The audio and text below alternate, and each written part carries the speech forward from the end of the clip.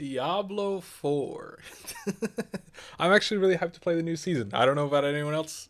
It seems to be some general positive sentiment, but I kind of I am ready for Tuesday to hit and for me to just be able to jump into Sanctuary, hop on my I'll be playing a blood necro, playing a necromancer and just killing lots of demons. I think it's going to be so much fun. Now, I try not to be a speculator, but obviously over the last 2 weeks, we've seen a lot of stuff coming from the fireside chats. Two major updates for season 2 of Season of the Blood of Diablo 4. I know a lot of people were not satisfied with season 1. I played 10 hours of it, but I enjoyed the 10 hours, but then I stopped having fun, so I stopped playing, and I only got 10 hours of a whole season. So, like, can you really call that season a success? I don't know. I don't think so, but who cares? I wouldn't play some Path of Exile. Basically, I'm not going to go over like all the infinite details of what went over the fireside chats. There's a million other greater creators who are better at like the news stuff, but I want to talk about why specifically, and I'm rambling, but I want to talk about specifically why I am hype a little bit, not getting too crazy. I mean, it's Blizzard.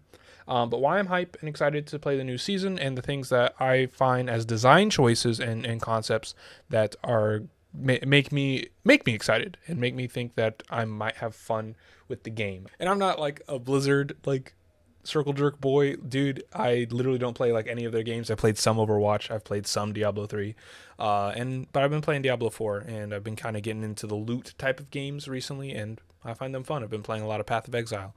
So, what is the major thing? There's really one big concept that's make me really excited for this new season.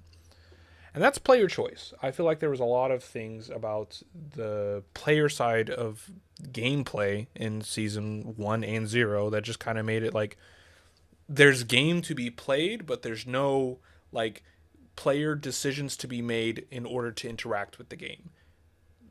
That's kind of like hard to explain, but like if we actually look at the, let me even open it up, the player chart. This is for season 2. I'm not going to open up the one for season 1, but here's supposed to be the content chart for like how you play through the different tiers and like kind of like how you get through the different systems in the new season.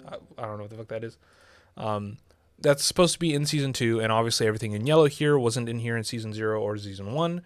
And so they've added a lot more into the mid game and the end game, which is what everyone was complaining about. But there's a lot of stuff about the campaign. You're listening to a story, so like I'm not going to criticize this very much because there doesn't need to be a lot of player choice there. Obviously, if a game gives you choices to make, you want them to feel impactful. But if they're being told a story and you're like, no, you're engaging in a story that's pre-written and pre-designed, no one really cares if you don't really get to make any decisions. But after that point, you get into like World Tier 3, and you kind of like did whispers, but like not really ever, because why would you? Like, I swear I literally never did whispers. There was like no gold, and if I wanted to hunt down a specific item, I would do like Helltide. And like Helltide was always, if Helltide was up, it felt like you had to do it unless you like were properly geared. Then you just didn't do Helltide ever. And so that's kind of like what I kind of mean. Or like Legion events were really good for experience. So like Legion events, if Legion events were up, you 100% of the time did Legion events. Just period. World bosses, I guess if you cared about the novelty of them, you did world bosses, but then eventually you realized the loot wasn't really that great. You probably had to wait like 4 minutes because like you didn't want to jump into a dungeon and then leave and then miss the world boss, so you'd actually get there early. So even though it doesn't take that long to do a world boss, you would actually get there early. World bosses kind of didn't mean anything. Okay, let's be honest. They were cool, like novelty, and I'm going to change to white because I don't think you can read anything I'm typing. But no one gave a shit about world bosses. Legion events were just objectively good experience. I think for, especially after they got buffed. I believe they got buffed. Again, I'm not the nerd person, but either Legion events, you did them or you just didn't do them. They were either good or they were bad. They were better than what you were doing or they were worse than what you were doing. There was no choice. There was no decision to be made. Same with Helltide. It felt like if you wanted to gear up your character, either Helltide was good and you objectively had to do it while it was up, or it was bad and you objectively just didn't want to do it when it was up. Either way, and you just wanted to spend all your time in Nightmare Dungeons. All the other quality of life stuff is really cool, but the thing that makes me really excited is the idea of this, everything down here in tier 4. It's It seems so, at least to me, it has me very excited. And the reason is it gives everything purpose. And when you give things purpose, you can decide when to just not engage with it. Like I can just decide I don't give a shit about Lord Zir. I'm not going to do world bosses.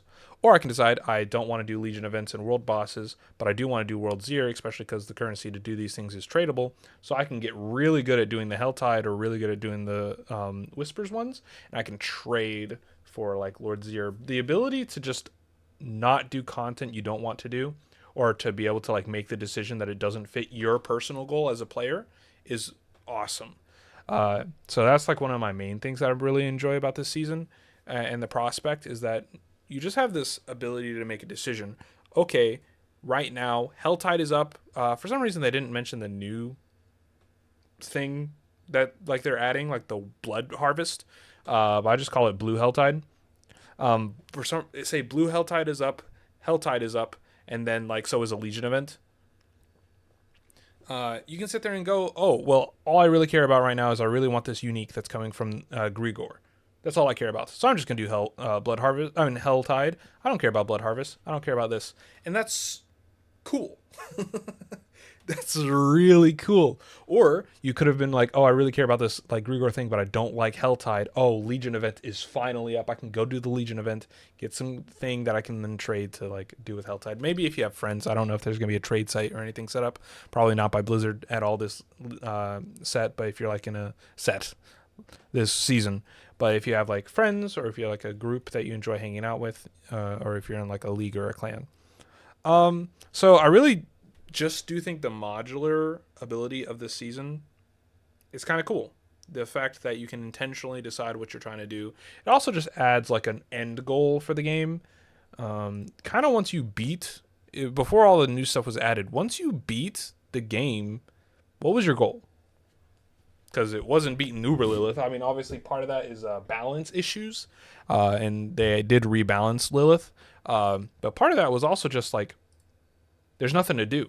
And everyone knows that, but there was literally no goal. There was the goal that was impossible to reach of Lilith, and that was literally it. There was no other goal.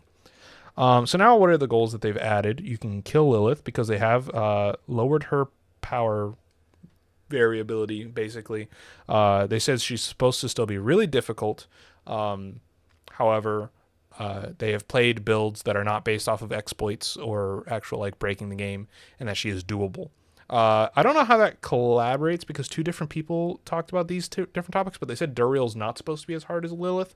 So I'm hoping Duriel is not supposed to be as hard as new Lilith, that he's just supposed to be weaker than the new Lilith. So even easier for like builds, maybe still difficult, but easier for new builds. So like you have a lot of questions. Maybe you do want to kill Uber Lilith finally, or maybe you literally only care about doing Uber uniques, or for some reason, if you want to kill Lilith, you kind of want Uber uniques, and if you want to do Uber uniques, well, you kind of got to farm these guys a little bit. This guy's kind of off in the little middle of no man's land, but I guess for specific builds. I haven't looked at his specific loot table. The Beast in Ice. They did give us the loot table. Let me pull that up. Oh, yeah, there were slides in the presentation, so I'm not going to look them all up. But, yeah, this guy's going to have, like, specific builds that are relevant to him, which is fine because you're going to want to do Nightmare Dungeons for experience and Glyph XP, so his endgame boss really doesn't need to amount into, like, pinnacle content. But the fact that now you have tiers and Lord Zir's all the way off here on his own as well as the end. This is kind of confusing on how this works because they didn't mention where season content fits in. I assume it's just going to be kind of like here. I don't know if it kind of ended in season 1 at 50. You were just done. I don't know if they're counting this as seasonal journey, but if Zir's all the way in World Tier 4, I don't know if seasonal content's going to go through World Tier 3. Who knows? I also don't know if, like, if you kill world bosses on World Tier 3, do they give you resources to get to World Tier 4? I mean, to Lord Zir?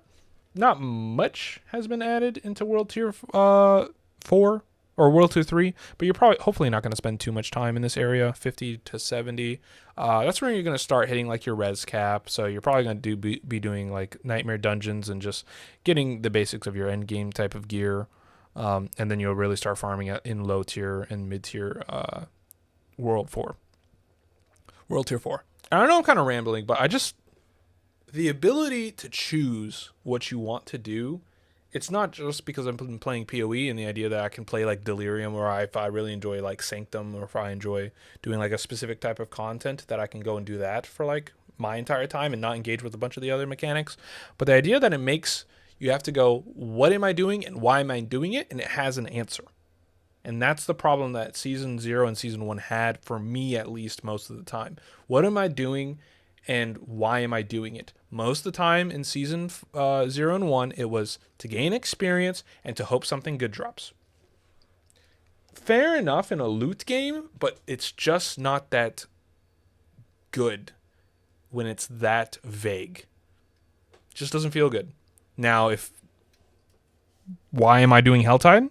Because I want to get whatever Grigor keys. Why am I getting Grigor keys? Because I really want whatever the fuck's on his loot table. I don't know, the Grandfather. I know he doesn't drop Uber Uniques. That's only Duriel. I don't want anyone getting misinformed from this video. But if that's only Duriel who drops Uber Uniques. As far as being target farmable, they can drop anywhere, but he's just a higher percentage. There's another thing I want to bring up. I saw a video from Woody Joe, not this one. I've been watching everyone's content on the game. But he talked about that groups are 16 times better. This isn't supposed to be like a call out or whatever. I'm not super smart. It's more of like a question, but just to clarify and make sure that the community is all on the same page. And probably only gonna have like fucking 30 people watch this video. But he said it was 16 times better. Why? Because you can do this 4 times better with a party of 4, and this 4 times better with a party of 4. And that means you can farm Duriel material 16 times faster. Am I crazy, or is that just 4 times faster? Like, I don't see why these are multiplicative. They should not be.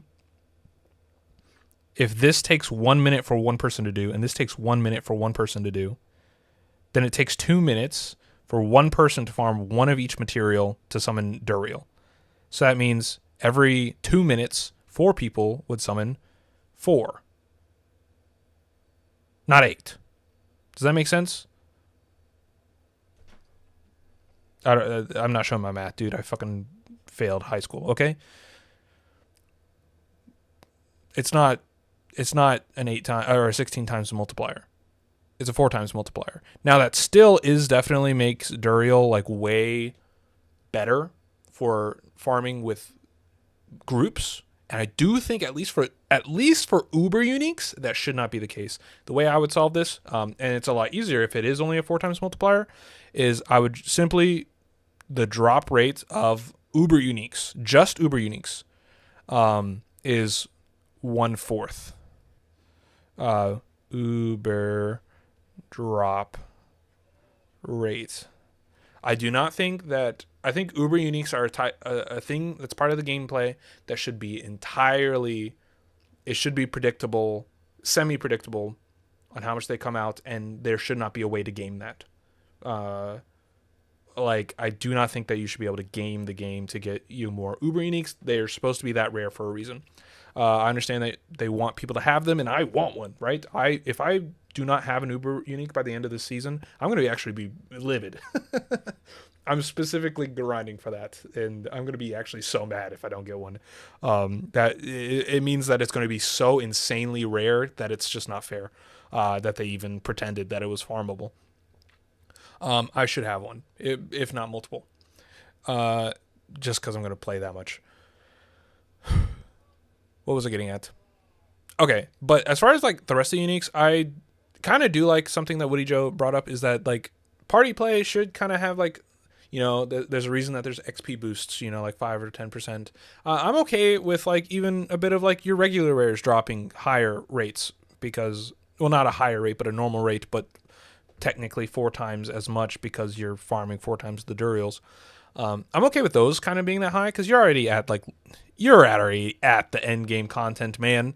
There's nothing higher other than like maybe higher nightmare dungeons, but I'm totally fine with like the rares dropping higher from Duriel, but not the uber rares. I think those should stay at the same rate per person per hour or per like engagement or victory.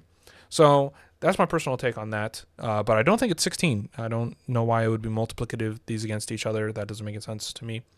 But if I'm wrong, please explain it to me because I don't understand that. But I didn't see anyone saying he was wrong in his comments. So to me, it didn't make any sense. Anyways, yeah. So that's kind of the big reason I'm hyped for the game.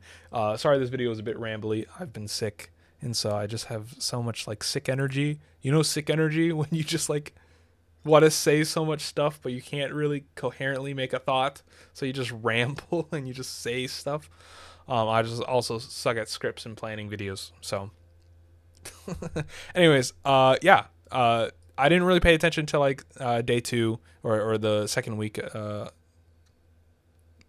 was just a bunch of numbers, man. Their update, and while yeah, it's important to pay attention to the numbers, and there's definitely people who pay way more attention to that stuff. I think that stuff's like you're not gonna know how damage feels until it's in your hands, and it's not in our hands yet. So I'm not going to speculate on how the certain buffs or nerfs to different things are. I just want to talk about what I'm excited about. So what I'm excited about is I really can't wait to like turbo farm Duriel and maybe get myself an Uber Unique. Maybe get some Uber Uniques from my friends.